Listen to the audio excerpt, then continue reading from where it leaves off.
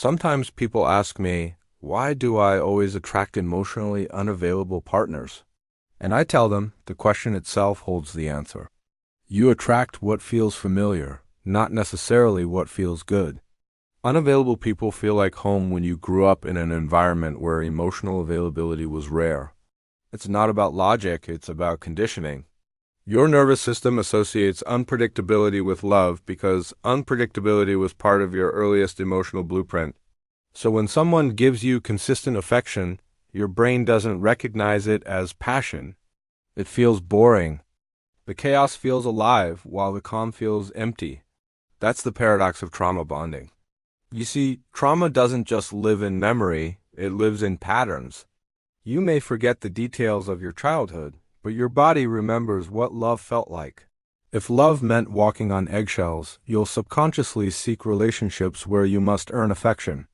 If love meant being ignored, you'll chase those who are distant, hoping this time you'll finally be seen. And if love meant being smothered or controlled, you'll run from intimacy, mistaking independence for safety.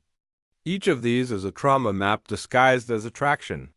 The real shock comes when you realize that the kind of partner you want isn't necessarily the kind of partner you're ready for. We think we want healthy love, but healthy love can feel deeply uncomfortable if we're used to chaos.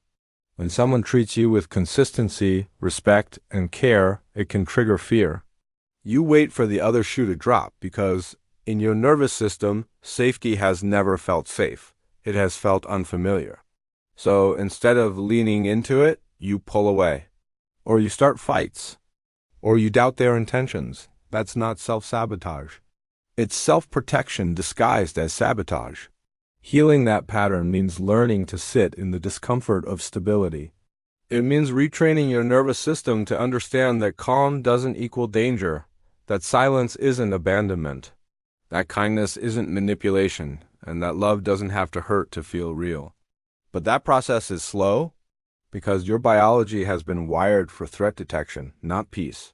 You're constantly scanning for cues of danger, a tone shift, a delayed text, a subtle change in energy. You're hypervigilant because, at some point in your life, missing those cues meant pain. When you're healing, one of the most painful realizations is that your triggers are not about the present. They re-echoes of the past. The person you're dating isn't your parent, but your body doesn't know that. So when they withdraw emotionally, your system floods with old memories. The child in you wakes up, screaming for attention, fearing rejection. That's why even small arguments can feel like emotional earthquakes.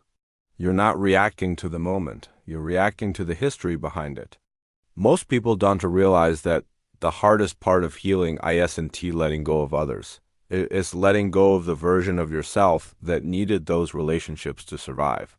You may not even like who you were in those relationships, but that version of you had a purpose. They protected you. They tolerated neglect, stayed silent, endured chaos, all so you could have some sense of connection. When you heal, you must grieve that version of yourself, because healing means you no longer need what once kept you safe. And grief is not just for breakups or death. It's also for growth. You grieve old coping mechanisms, old fantasies, old illusions. You grieve the story that love was supposed to save you. That's the shocking truth. Love doesn't save you. Awareness does. Love can inspire healing, but it cannot replace it. That's why people can love deeply and still hurt each other profoundly, because love without self-awareness turns into repetition. We often think relationships fail because of incompatibility, but often they fail because two people's traumas are having a conversation louder than their words. One person's fear of abandonment meets another's fear of engulfment, and suddenly they're caught in a dance of chasing and fleeing. One wants closeness, the other needs distance. They love each other, but their nervous systems are speaking two different languages. And until both learn to regulate, the relationship will always feel unstable. What's beautiful, though, is that relationships can also be where healing happens. When both people become aware of their patterns and hold space for each other's triggers, connection becomes medicine. You start to notice when your partner withdraws not as rejection, but as fear. You start to respond not with blame, but with curiosity. What's happening for you right now? Becomes a bridge instead of a wall. That's when love transforms from emotional addiction to conscious intimacy. But this takes radical honesty, not just with your partner, but with yourself. Because sometimes healing means recognizing that you're not ready for the relationship you want. You might love someone, but your emotional maturity hasn't caught up to your intentions. You might crave closeness, but deep down you're terrified of it, and that's okay. Healing isn't about rushing to be ready. It's about learning to be real. We live in a culture that tells us to find the right person, but the real work is to become the right person, the version of you that can receive healthy love without pushing it away, the version that doesn't need validation to feel worthy, the version that can hold boundaries without guilt. Because when you evolve, your relationships naturally evolve too. You stop chasing chemistry that feels like anxiety. You start recognizing that peace is the real passion. Another truth people struggle to accept is that love doesn't always mean staying. Sometimes the most loving act is letting go. Because when love becomes an attempt to fix, rescue, or change someone, it stops being love and becomes control. You can care deeply for someone and still know that your paths diverge. You can love them and still choose yourself. That's not selfish. It's sacred honesty.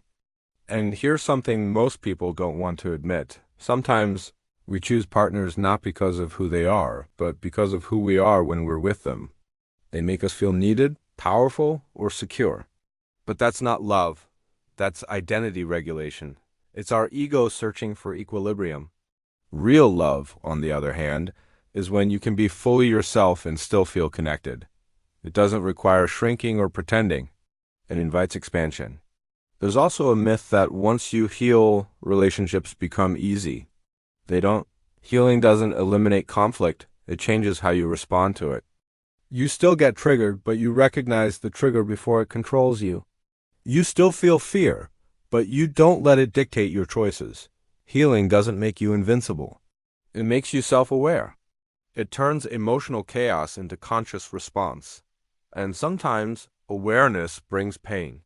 Because when you see your patterns clearly, you can't unsee them. You start to realize how often you settled, how often you betrayed yourself for approval, how many times you called trauma chemistry. That awareness can feel heavy at first, but it's the weight of truth, and truth is what sets you free. There's something almost spiritual about relationships when you look deeply. They're not just emotional playgrounds, they're sacred classrooms. Every connection teaches you something about yourself. The person who ignores you teaches you to validate yourself. The one who betrays you teaches you to trust your intuition. The one who loves you purely teaches you that you're worthy. And the one you lose teaches you that love was never meant to be owned. We like to think of heartbreak as an ending, but in many ways it's a beginning. Because heartbreak cracks the ego open. It destroys the illusion that love was supposed to fill you.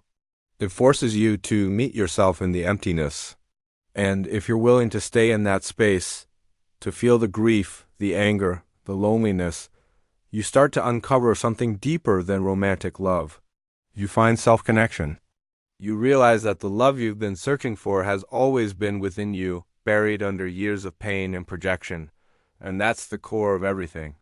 Until you build a secure relationship with yourself, every external relationship will be unstable. You'll keep looking for people to complete you instead of complement you. You'll measure your worth by how others treat you. But when you learn to give yourself the same empathy, attention, and care you give others, you stop begging for crumbs of affection. You stop chasing validation. You start attracting peace, because love isn't about finding someone who never hurts you. It's about finding someone who's willing to heal with you. Someone who doesn't demand perfection but values growth. Someone who can say, I see your wounds and I'm not here to exploit them. I'm here to walk with you through them. That kind of love requires emotional maturity, and maturity isn't about age. It's about self-awareness, accountability, and compassion. At the end of the day, relationships will always challenge you. They will expose your insecurities, your fears, your ego, but that's the point. They're meant to evolve you. They're meant to show you what still needs healing. And the shocking truth, the one that no one wants to hear, is that the most important relationship you will ever have is the one you have with your own consciousness. Because every person you meet is just a reflection of how deeply you've learned to love, forgive, and accept yourself.